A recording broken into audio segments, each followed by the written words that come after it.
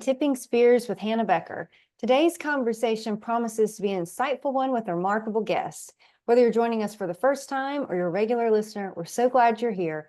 Our goal is to bring you closer to the innovative leaders and thinkers shaping our future. And today, we are thrilled to welcome Boyd Brown. Boyd was born in Florida, attended high school in Georgia, college in South Carolina, and spent a significant portion of his Army career in North Carolina, gradually making his way up towards Virginia. After a distinguished career as a U.S. Army infantry officer, which included multiple combat deployments to Iraq, Afghanistan, and the Balkans, Boyd and his family settled in Rockbridge County in 2005. With over 39 years' experience in the national security sector, Boyd founded and led a 40-person government contracting company for 7 years and has since worked with several other firms following his military retirement. Locally, he has served on the Rockbridge Economic Development Authority for 8 years and is currently a candidate for the Kerrs Creek seat on the Rockbridge County Board of Supervisors. Welcome to Tipping Spears, Boyd. Thank you, Hannah. It's nice to be here today. Yeah. Well, I'm excited to have you on the podcast. So for the listeners, Boyd lives just a few miles down the road from me. So he's the first, I guess, neighbor I've had on the podcast. So I appreciate you coming on. You bet. You bet. Thanks for having me. So can you tell us kind of where your story begins? That's an interesting question, of course. With my bio, you saw, kind of my progression from a lot further south to Virginia. I sort of feel like I was moving to Virginia for 20 years or so before, I like that. Before we actually, wound up settling here. But I've always had a bit of an affinity for the military in one way or another. My dad was in the Navy back in the 50s, post Korean War era. And right before I started right before I started college, I reconnected with a friend who was a couple years older than me who had joined the Marine Corps. And I was fascinated with the idea of joining the Marines. And I'd already been accepted to college. I came home one day and told my dad that I was going to join the Marine Corps. And he said, you're already accepted to college. Go to school. If you don't like it, the Marines are still going to be there. Don't worry. Which I thought was great advice. And I wound up doing enlisting in the reserves, the Army Reserves, while I was in college, and then started ROTC a year early, commissioned in the South Carolina National Guard.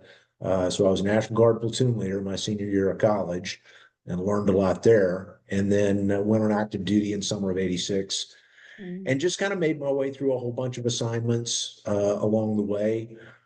But I have always, despite not being probably the best undergrad student to ever grace an undergrad program, nonetheless, I've been interested in education and teaching, and I eventually wound up as an instructor at the Air Force Academy on the Army Exchange Program that does that.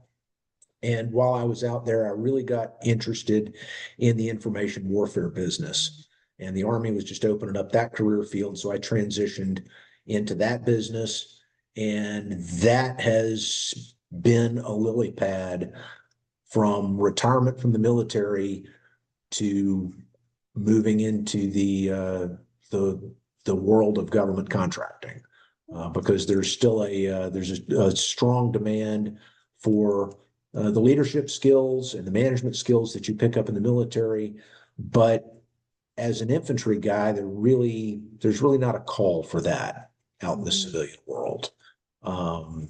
But in the information warfare business, that spans a whole lot of separate disciplines: cybersecurity, electronic warfare, psychological operations, and that gives you a lot broader potential reach. And that worked extremely well for me. I had a extremely easy transition from the military to the civilian world. So I guess in the middle 90s, we discovered Rockbridge County. We were stationed at Fort Bragg at the time. And like so many other people who live here, we were just absolutely enchanted with the natural beauty, small college town of Lexington.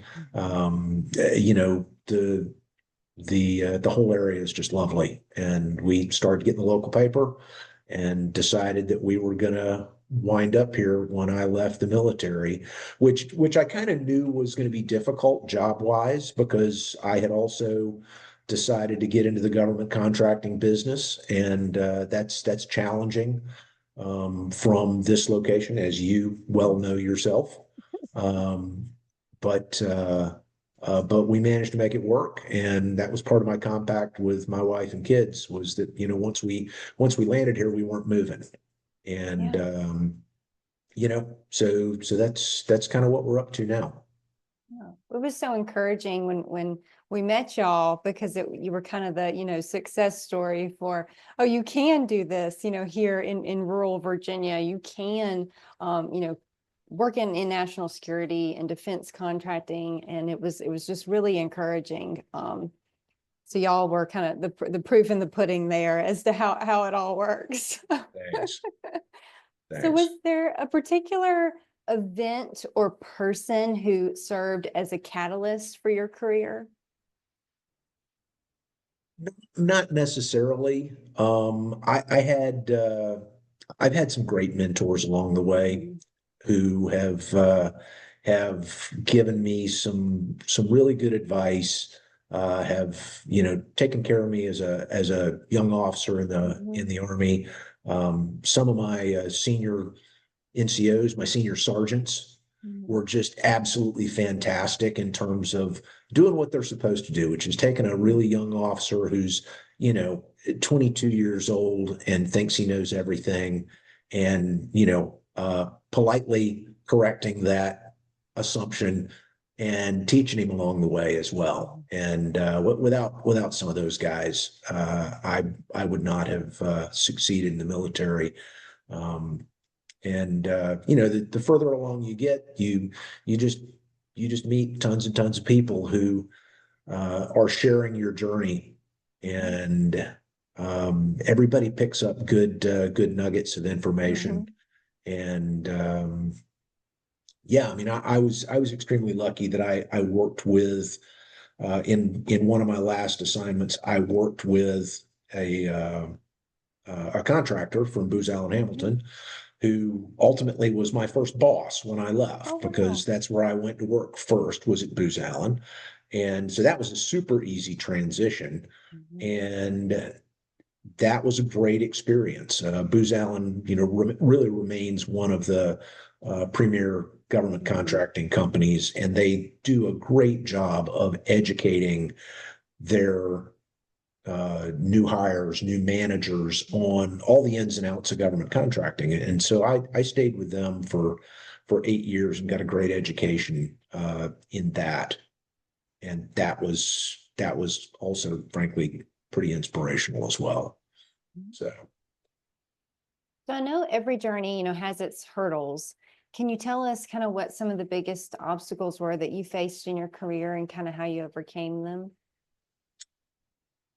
yeah, one in particular was, and I've already kind of touched on it, is that we decided we were going to live here in Mhm. rural Virginia. And that's tough in the Yeah. government contracting business. The company, when I first went to work for Booz Allen, their headquarters is up at Tyson's Corner, Mhm. and I had what I felt like was some really good opportunities that I had to pass up Mhm. because the job was up there, and that was pretty difficult. But they opened an office in Charlottesville, and I wound up commuting back and forth to Charlottesville for 5 years, which Mhm. was pretty busy. It gets a little sporty going over Afton Mountain in the middle of the wintertime. Yeah. But um, that was tough, trying to figure Mhm. out how I was going to, balance my commitment to the family that, hey, we Mhm. we settled someplace to put down roots, Mhm. but I really consider the government contracting business as kind of an extension of my military service. Mhm. Yeah, it's out in the civilian world. You're not putting a uniform on every day, but you're still supporting the government Mhm. client and you're helping them solve some really tough problems. And, that has, so that was something I was really committed to. Yeah. And balancing, how I was going to stay here versus how I was going to continue in the government contracting field. That was a little challenging. Mhm. So fortunately got past that with the wonders of the internet, which Yeah. allow people to work remotely from, anywhere to do most anything. And had it not been for that, it was it would have been impossible. Well, you make a great point about how government contracting provides you this opportunity to kind of continue supporting the mission in a different capacity. And I think that's something that a lot of people either aren't aware of or don't, realize, whether that's after service or if they're wanting, a career that supports our nation, but, military service isn't an option or something like that. So I think your career it provides an excellent example of how, take the uniform off, continue supporting, the defense sector, and with that wealth of experience and expertise that you have from all the years in service. Well, thank you. Yeah, I really feel like that's too valuable a skill set to just walk away Right. from. Yes. And Yes. you learn so many lessons in the military that can be applied to any kind of business, quite Hmm. frankly. Or just all aspects of your daily life. But Hmm. to really have the skill set of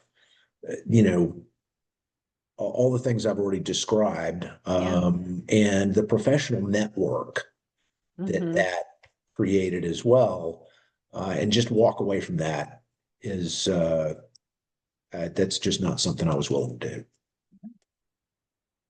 So, Boyd, what new developments around defense? I know there's lots of new, cool, great things in this sector, but what new developments are you most excited about? What are you tracking? And what gets you excited in terms of the new things in defense? I mean, there are several, and none of them I don't think anybody would find surprising. The autonomous vehicles Hmm.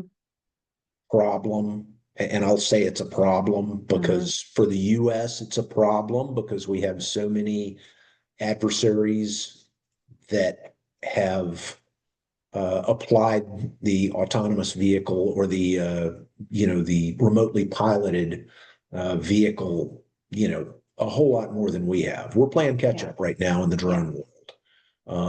And you see what's going on over in the Ukraine. Hmm. You've got folks who are doing some just absolutely incredible, innovative work with drones, that they've advanced that discipline, you know, 10 years in a year and a half. Yeah.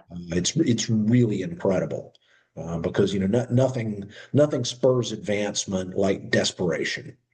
Yeah. That's a good And point. so they're really pushing hard on the envelope of what you can do. And I mean, that's what you see, throughout, any military endeavor is, soldiers come up with some really fantastic solutions, creative solutions for really hard problems that, the people above them would not have necessarily thought of. Nor would the equipment designers, Hmm. that came up with, whatever piece of equipment they're operating with, probably didn't think of how that piece of equipment was going to be applied either. So, so drones, cybersecurity, critical element of everything that we're involved in the defense arena, and not just enterprise IT. Hmm. Because that when people think about cybersecurity, I think everybody's first thought goes to, oh, my computer, oh, my Hmm. printer, oh, my network server, whatever. No, there are so many different things on the battlefield and off the battlefield that are digitally connected that are absolutely critical. Seeker heads on missiles, radar systems, the entire GPS constellation. All of these things are vulnerable from a cybersecurity perspective, and we need to make sure we can operate effectively, and that means we really have to harden all of our systems so they're more secure. Mhm. Yeah, that's a great point. I think folks tend to focus on, oh, the capabilities this new technology will offer without thinking about, how that impacts, or increases or softens the attack surface there. Right. And, unfortunately, it's like, well, out on the battlefield is a little too late to be paddling back on that. Right. Well, but that's where the rubber meets the road. Yeah, That's where you find those vulnerabilities that's true. that you didn't expect. Yeah, So, yeah. So yeah. what are your top concerns about national security? What keeps you up at night? What do you worry about in terms of kind of the future of our nation related to security? Um, I've already mentioned that I got into the information warfare business, and I think people misunderstand the whole idea of information warfare Yeah. sometimes. Um, the question of how are decisions made? How do you protect your decision-making ability? How do you negatively impact the decision making of an adversary? And there are a whole bunch of different ways to do that, whether it's electronic, kinetic, or frankly, probably the most effective is the human element of Hmm. decision making, because people tend to think about systems rather than the people who are actually making the decisions. And that's frankly what interested me in the information warfare business more than the systems. The systems are a medium to get to the Yeah. people. It's an avenue to the people. And the question around how you influence an audience to operate in a fashion that's advantageous, to the U.S. Mhm. Um, we have had for years and years and years a number of different mechanisms that allowed us to reach foreign audiences and communicate with them effectively. Several of those capabilities have been degraded Mhm. relatively recently. And so it's harder for us to get our message out in a coherent fashion because of that. And that concerns me because Yeah. when you reduce your capacity to transmit messages, to reach a broad audience consistently with a whole bunch of different paths to reach them, well, then you've eliminated a couple of tools out of your toolkit for solving problems. Mhm. And so, if all you've got is a hammer, every problem looks like a nail. Yeah.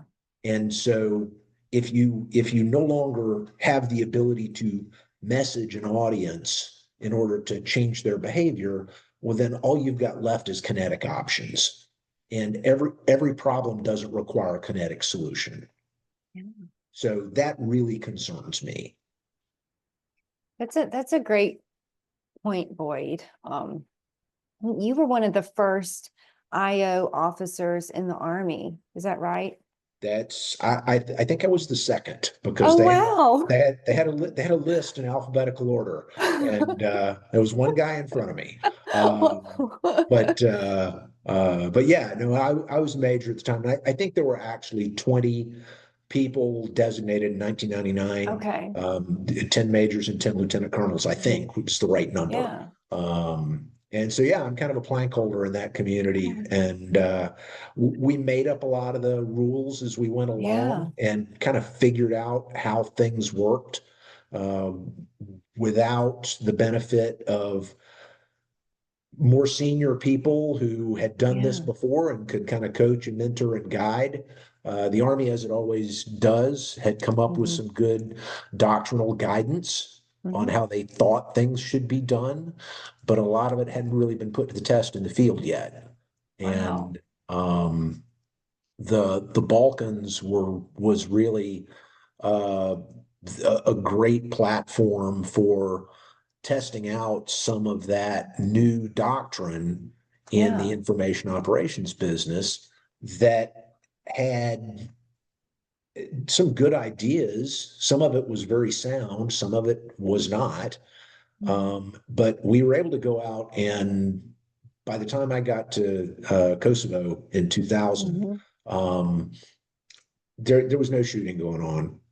We were in a peacekeeping operation. Mhm. The worst thing we ever had, every once in a while, there was a local riot or something like that, and some Mhm. rock throwing and Mhm. uh, some misbehavior, but Yeah. nothing that was super dangerous. And so we had a really low threat environment in order to Yeah. kind of test out some of these new operational concepts, see what worked, see what didn't work. That is frankly why my affinity for solving problems non-kinetically Yeah. exists.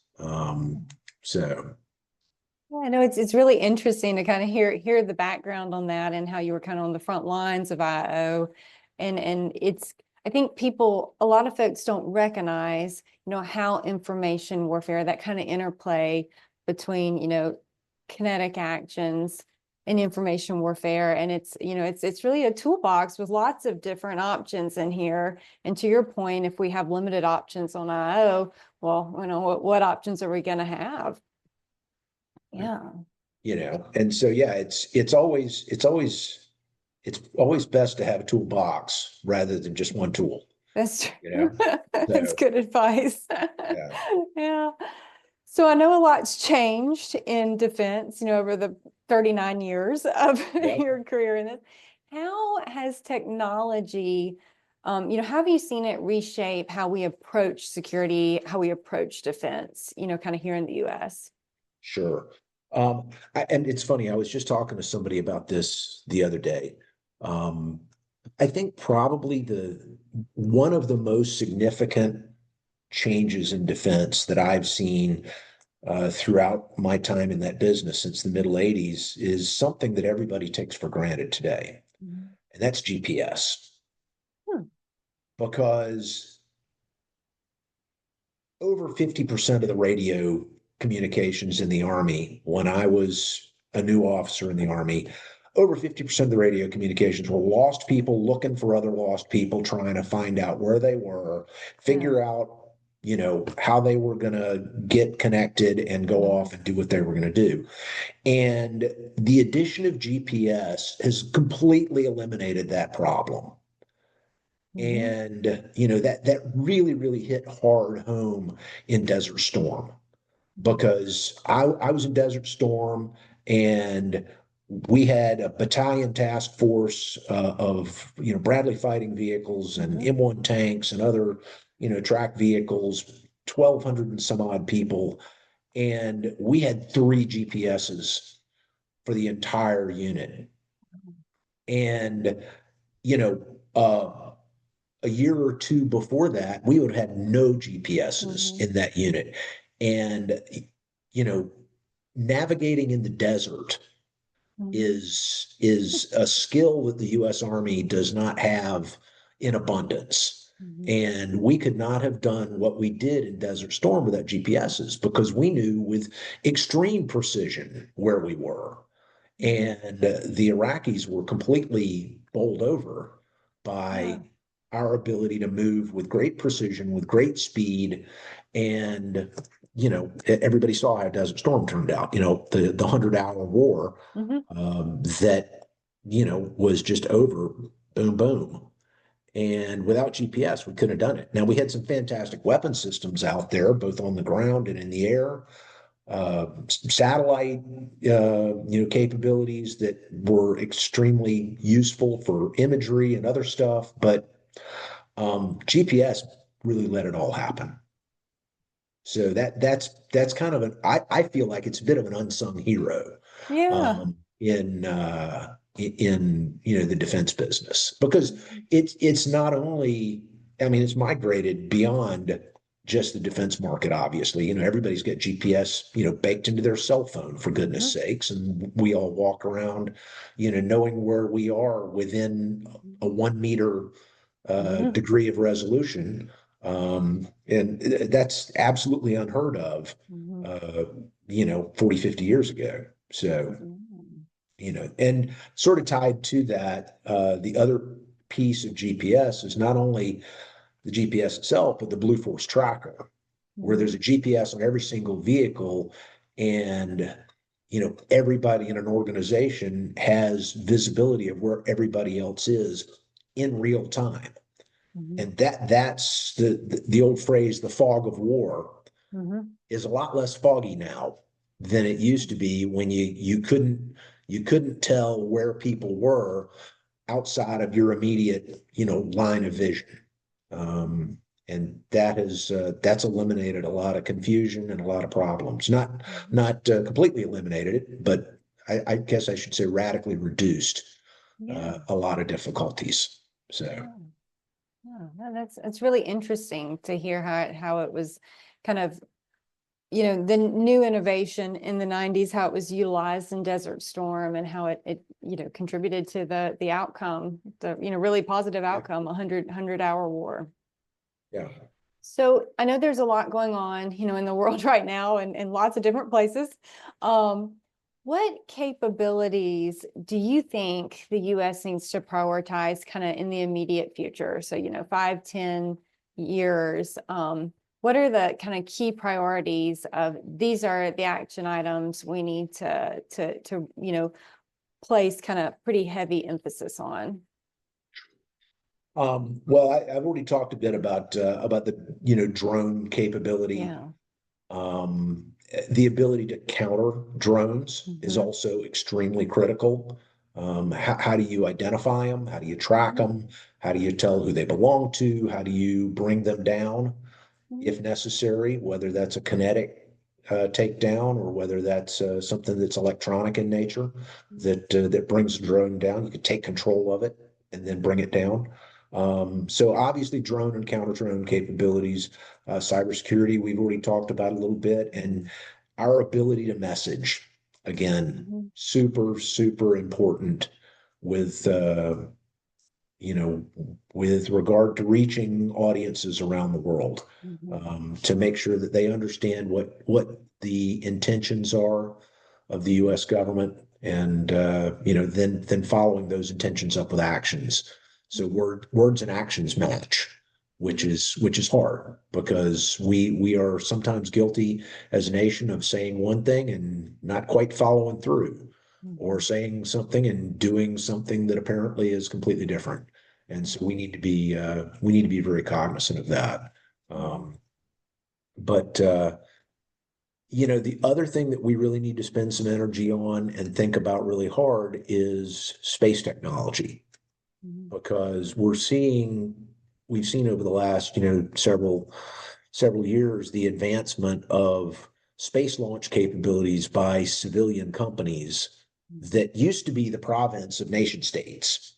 Yeah. And now we've got SpaceX and other companies that are out there, launching satellites that are privately owned, and all of the things that go into equipping space from a tech perspective. We need to pay a lot of attention to that, because countries around the world that don't agree with us all the time are very definitely paying a lot of attention to that. And we need to understand what they're doing, and we need to be developing countermeasures for their capabilities. So what career advice do you have for the next generation of professionals, interested in this sector? they've got to study. They've got to try to stay current. Trying to stay current is super, super important.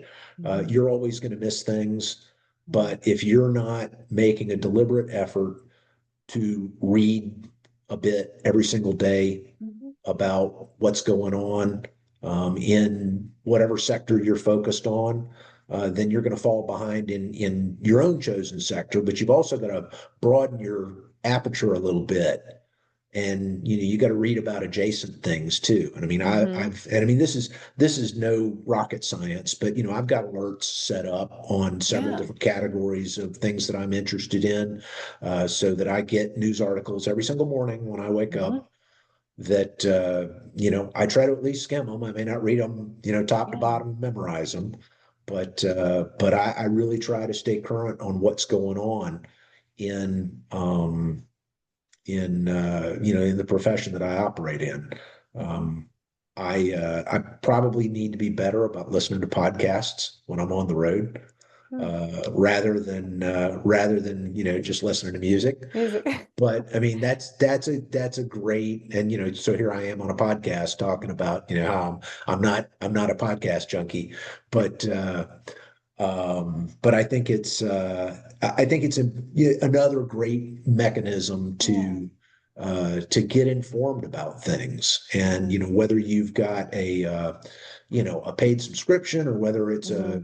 a free series or whatever, people need to go out and explore a little Hmm. bit, find some opportunities to learn some more about what Hmm.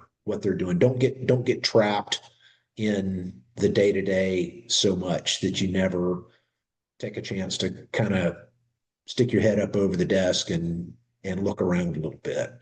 So I've Yeah, I really got to like, do that. yeah. I like how you set up the alerts, the subscriptions. I think with CE, you really have to kind of build it into your routine if you want it to Yeah, stick. yeah, So yeah. that's a, No, you do, and I mean, it's just like if you're a physical fitness person, you, yeah. you got you gotta pick a time. Hmm. You gotta try to work out the same time every day, because Yeah. otherwise that time's going to get away from you. I mean, I'm a morning workout person, and if I don't Hmm. work out in the morning, I absolutely promise it's not going to happen. I can Yeah. have the best intentions in the world of, oh, I've got a break in my schedule, Yeah. I'm not going to do that. So yeah, people need to bake in the continuing education Hmm. time into their daily routine. Hmm. So, Are there any resources, so like, books, organizations, programs, that you found particularly useful in your own career journey? um, I tend to be a fiction reader more Oh, more than a nonfiction reader. yeah. So I'd love to be able to run off a gigantic laundry list of national security related books Uh-huh. that I have found as a touchstone. There certainly are a few that I've read and I enjoy. I tend to focus on senior leader biographies Okay. because folks um, that have dealt with a difficult situation that comes out in their biography, and a known quantity person that you can find something that they learned, and you can use that to kind of guide your own journey as you're making your way forward professionally. But I've I really kind of feel like the network of friends and professional Hmm. associates that I've Hmm. developed over the years has been more valuable than any Hmm. single organization. Hmm. I mean, we've talked a good bit about the whole information business, and Yeah. I was a founding board member for the Information Yeah. Professionals Association. Great group, Hmm. and they continue to pull together information professionals from across the national security community, academia, Hmm. industry, and really look at the problem of cognitive security. Hmm. How is it that people make decisions? How do you develop the ability to make a sound decision with some measure of confidence that you're not being influenced by an adversary to make a, Hmm. a decision that's to their advantage rather than your advantage? And that really was just an extension of what I did in the military, this whole question of decision security. But really that network of professional contacts and friends has probably proven more valuable to me than any single group. I would also say though that, I've worked for gosh, several companies now over the last few years. I think it's four.